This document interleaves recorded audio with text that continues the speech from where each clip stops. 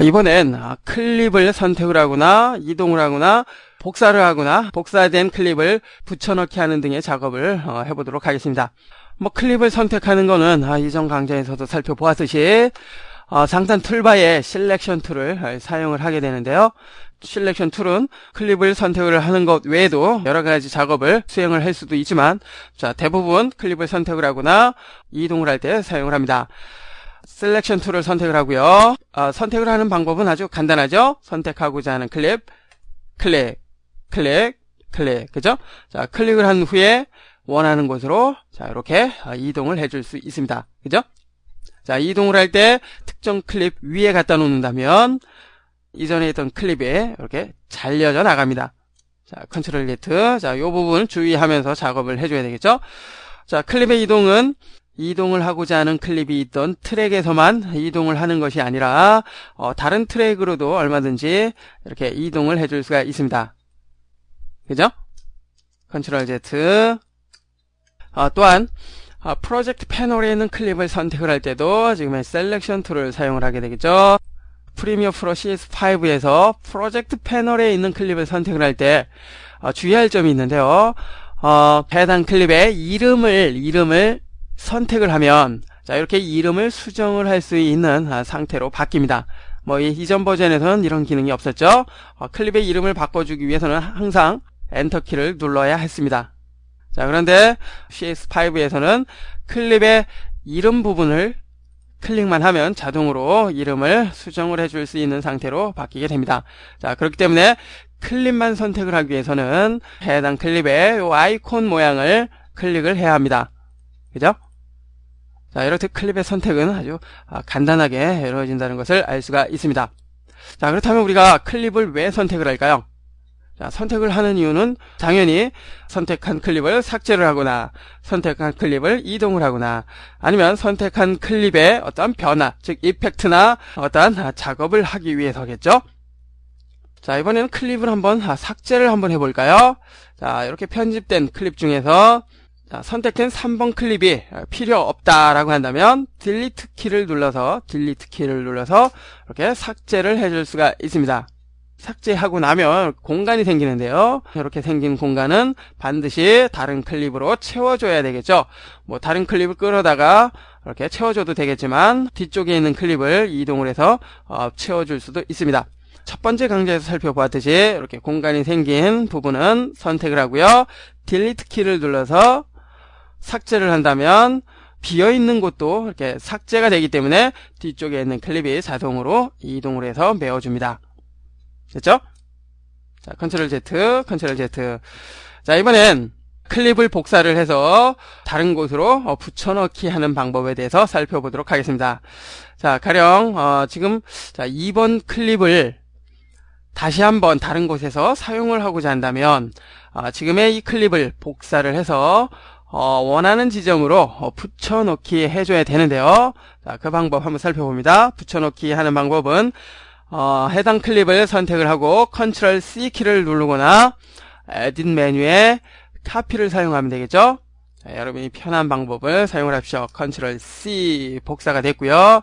자, 이번엔 붙여넣기를 해줘야 되겠죠. 붙여넣기 하는 방법 역시 컨트롤 V 키를 사용을 하거나 페이스트를 사용을 하면 됩니다. 자, 이때 붙여넣기 하는 그 지점에 타임 마커를 갖다 놓고요. 붙여넣기 되는 트랙을 이렇게 선택을 해줘야 되겠죠. 자, 이제 에딧 메뉴에 페이스트. 자, 그러면 어떻습니까? 타임 마커가 있는 지점을 기준으로 해서 이렇게 붙여넣기가 된 것을 알 수가 있습니다. 그죠? 자, 그런데 붙여넣기 되는 지점에 또 다른 클립이 있을 경우에 자, 한번 해보죠. 자, 그러면 어떻습니까? 덮어 씌워지면서 붙여넣기가 되는군요. 자, 예전에 우리가 오버레이를 사용을 해서 적용을 했을 때처럼 말이죠. 자, 컨트롤 Z. 복사된 클립을 붙여넣기 하는 방법을 보면 세 가지가 있는 것을 알 수가 있습니다. 페이스트는 앞서 살펴본 그냥 기본적인 방법이고요. 자, 페이스트 인서트는 지금처럼 이미 붙여넣기 하는 그 지점에 다른 클립이 있을 때 붙여넣기 되는 그 클립의 길이만큼만 밀려나가는 그런 방식입니다. 예전에 살펴봤던 인서트와 같은 방법이죠. 자, 한번 해봅니다. 페이스트 인서트. 자, 그럼 어떻습니까? 붙여넣기 되는 클립의 길이만큼 이전에 있던 클립이 이렇게 잘려서 뒤로 밀려나가는 것을 알 수가 있습니다. 자, 컨트롤 Z. 자, 그리고 페이스트 오토 리버트가 있는데요. 이 기능은 복사된 클립에 이펙트가 적용이 됐거나 모션 등과 같은 그러한 어떠한 작업이 수행이 됐을 때 그 작업된 속성을 다른 클립에 상속시켜 줄 때 사용이 됩니다. 즉 복사된 클립 자체가 붙여넣기 되는 것이 아니라 복사된 클립의 속성이 다른 클립에 붙여 넣어질 때, 즉 상속시켜 줄 때 사용이 된다는 것입니다. 자, 요 기능은 나중에 모션에 관한 강좌에서 다시 한번 살펴봅니다. 자, 그리고 참고로 아래쪽에 클리어와 리플 딜리트가 있는데요. 자, 클리어는 선택된 클립을 삭제를 할 때 사용이 되는, 우리가 앞서 딜리트 키를 눌러서 삭제를 한 것과 같은 그러한 작업을 수행할 수 있고요. 자, 그 아래 리플 딜리트는 선택된 클립을 삭제를 할 때 공간이 생기는 것을 뒤쪽에 있는 클립들이 이동을 해서 자동으로 메워줍니다. 한번 해보죠. 2번 클립이 선택이 된 상태에서 삭제를 하는데요. 리플 딜리트를 통해서 삭제를 해봅니다. 자, 그럼 어떻습니까? 삭제된 2번 클립의 공간을 뒤쪽에 있는 클립들이 자동으로 이동을 해서 메워주는 것을 알 수가 있습니다. 자, 컨트롤 Z. 클립을 복사하고 이동하고 삭제하고 붙여넣기 하는 방법에 대해서 살펴보고 있는데요. 자, 이번에는 클립을 복제를 해주는 방법에 대해서 살펴보도록 하겠습니다. 가령 우리가 작업을 하다 보면은 특정 클립을 다시 한번 사용을 하는 경우가 있는데요. 자, 그럴 경우에 클립을 복사를 해서 붙여넣기 하는 방법을 사용을 할 수가 있습니다. 자, 그렇지만 이와 같은 방법을 사용을 한다면 붙여넣기 한 클립에 어떠한 변화를 주거나 아니면 원본 클립에 변화를 줬을 때 이 둘의 클립은 항상 같은 결과물이 나타납니다. 즉 원본에 어떠한 변화를 줬을 때 복사돼서 붙여넣기 한 그 클립에도 똑같이 변화가 생긴다는 것이고요.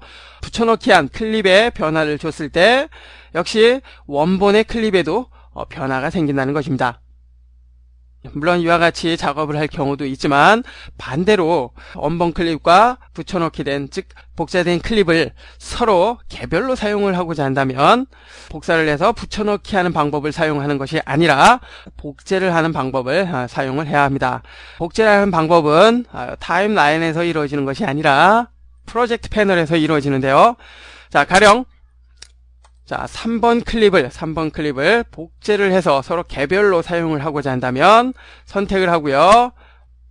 에딧 메뉴에서 듀플리케이트를 사용을 하는데요. 자, 단축키를 사용을 해도 되겠죠? 자, 선택을 해봅니다. 자, 선택을 하니까 어떻습니까?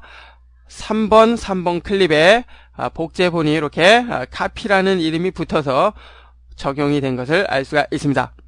자, 이렇게 복제된 클립은 원본 클립과 완전히 다른 성질을 가지고 있기 때문에 영상은 같지만 성질은 완전히 다르기 때문에 완전히 독립된 형태로 사용을 할 수가 있습니다. 참고하시고요. 자, 그리고 에딧 메뉴를 보시면 Select All이라고 있는데요. Select All은 현재 활성화되어 있는 패널의 모든 클립을 선택을 할 때 사용이 됩니다. 자, 단축키 컨트롤 A를 주로 많이 사용을 하는데요. 선택을 해보면 모든 클립이 선택이 된 것을 알 수가 있죠. 타임라인을 활성화해 놓고 이 메뉴를 사용을 하면 타임라인에 있는 모든 클립이 이렇게 선택이 됩니다. 자, 모든 클립이 선택이 되면 선택된 클립을 한 번에 이동을 하거나 이펙트를 적용을 하거나 아니면 삭제를 하는 등의 작업을 해줄 수가 있겠죠. 자, 그리고 Deselect All은 선택된 클립을 모두 해제를 할 때 사용이 됩니다. 자, 단축키 컨트롤 Shift A 주로 많이 사용을 하고요. 자, 그러면 해제가 되는 것을 알 수가 있습니다. 자, 물론 클립이 선택이 된 상태에서 해제를 하는 방법 중에서 보다 편리한 방법은 빈 곳을 클릭을 해주는 것이겠죠.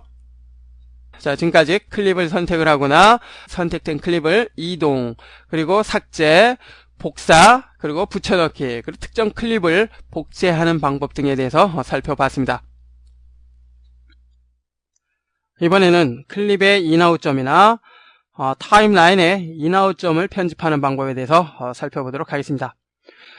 먼저 클립의 인아웃점을 편집하는 방법에 대해서 살펴보죠. 샘플 폴더의 동영상 폴더에서 한 3개 정도의 파일만 선택을 해서 적용을 합니다. 됐죠? 프리미어의 작업 흐름에 대한 강좌에서도 살펴봤지만 클립의 인아웃점을 편집한다는 것은 인아웃점을 기준으로 해서 불필요한 장면을 삭제를 하기 위함입니다. 앞서 언급을 한 적이 있지만 편집이라는 것은 화려한 기교를 부리기보다는 불필요한 부분을 없애서 가장 편안하게 볼 수 있도록 해주는 것이라고 했는데요. 자, 그렇게 하기 위해서는 불필요한 장면을 제거를 해주는 것이 우선시돼야 되겠죠? 자, 클립 1번을 선택을 하고요. 타임라인을 통해서 직접 편집을 해줄 수도 있지만 기본적인 방법은 소스 패널을 이용을 하는 것이죠. 드래그해서 소스 패널에 갖다 놓습니다. 됐죠? 자, 확인을 해보면 자, 감독의 큐 사인이 들리고요. 자, 배우의 연기가 시작이 됩니다. 정지. 자, 여기서 감독의 큐 사인이 들어간 부분은 삭제를 해줘야 되겠죠? 자, 그렇기 때문에 그 부분에서 정지를 해줍니다. 오디오 웨이브 폼으로 보면은 자, 요 부분이 큐 사인이라는 것을 알 수가 있습니다. 그죠? 그 부분을 기준으로 해서 자, 없애줘야 되겠죠? 자, 인점을 잡기 위해서 셋인 포인트를 클릭을 하면 되겠고요.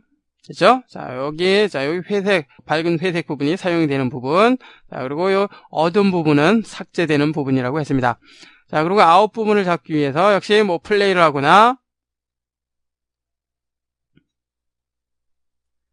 타임 마커를 이동을 해서 원하는 지점으로 갖다 놓고 이번엔 set out 포인트를 클릭을 해서 아웃점을 잡아줍니다. 자, 이렇게 인점과 아웃점을 잡았다면 타임라인에 적용을 해줘야 되겠죠? 타임라인에 적용을 하기 위해서 타임 마커 적용될 지점으로 갖다 놓고요.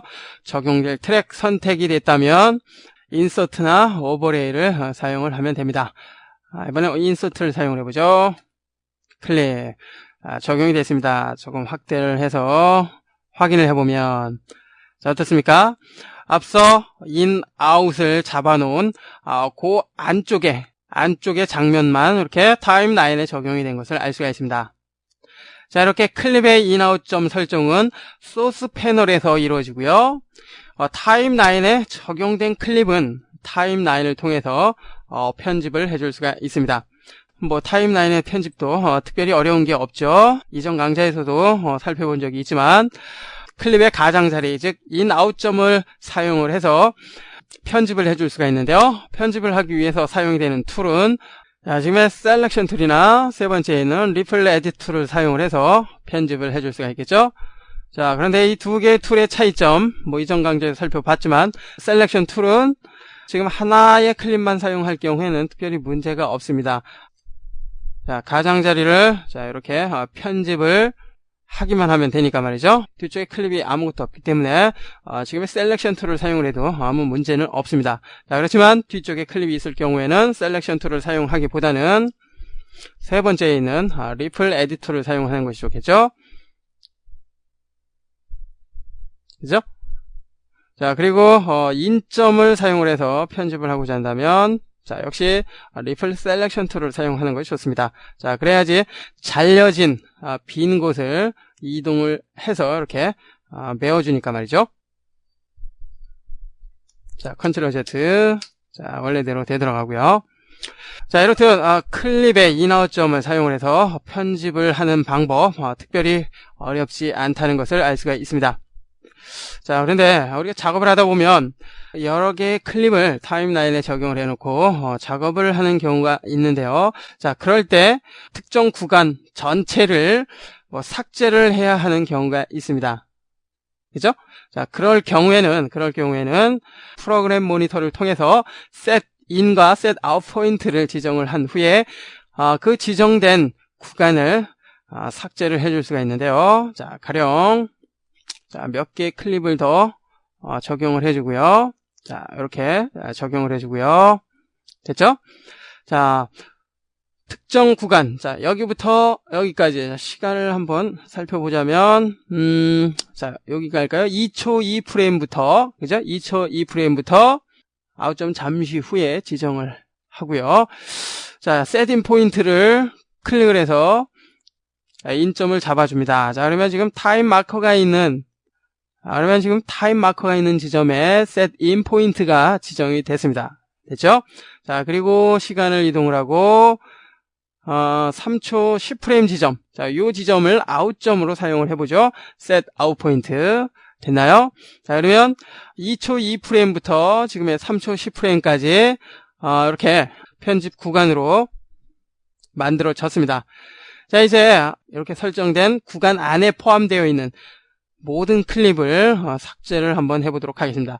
자, 삭제하는 방법은 역시 프로그램 패널에 리프트나 익스트랙트를 사용을 해주는데요. 역시 지정된 구간 안에 있는 클립을 삭제하는 역할은 같지만 최종 상태, 그죠? 최종 상태의 차이점이 있습니다.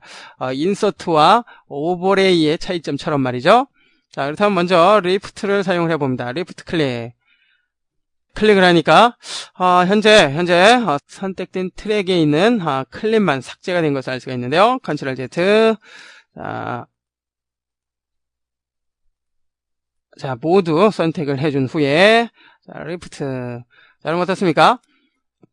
인아웃점으로 설정이 된 그 영역 안에 포함된 모든 클립이 삭제된 것을 알 수가 있습니다. 그죠? 자, 다시 원점으로 되돌려 놓고요. 자, 이번에는 익스트랙트를 사용을 해봅니다. 클릭. 자, 어떻습니까? 삭제가 되고 난 그 공간을 뒤쪽에 있는 클립들이 이렇게 메워주는 것을 알 수가 있습니다. 그죠?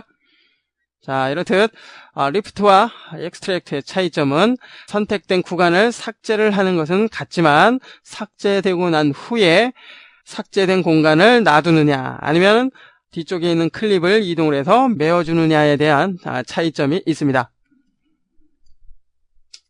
자, 참고로 프로그램 패널에서 지정된 인아웃은 직접 타임라인에서도 그 범위를 조절을 해줄 수 있고요. 그리고 위치를 다른 곳으로도 이동을 해줄 수가 있습니다.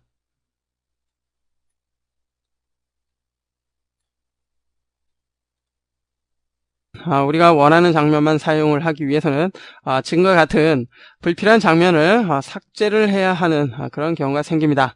자, 그럴 경우엔 지금 살펴본 것처럼 클립의 인아웃을 이용을 해서 편집을 하거나 타임라인에 직접 인아웃 설정을 해서 편집을 할 수 있다는 것을 알 수가 있었습니다.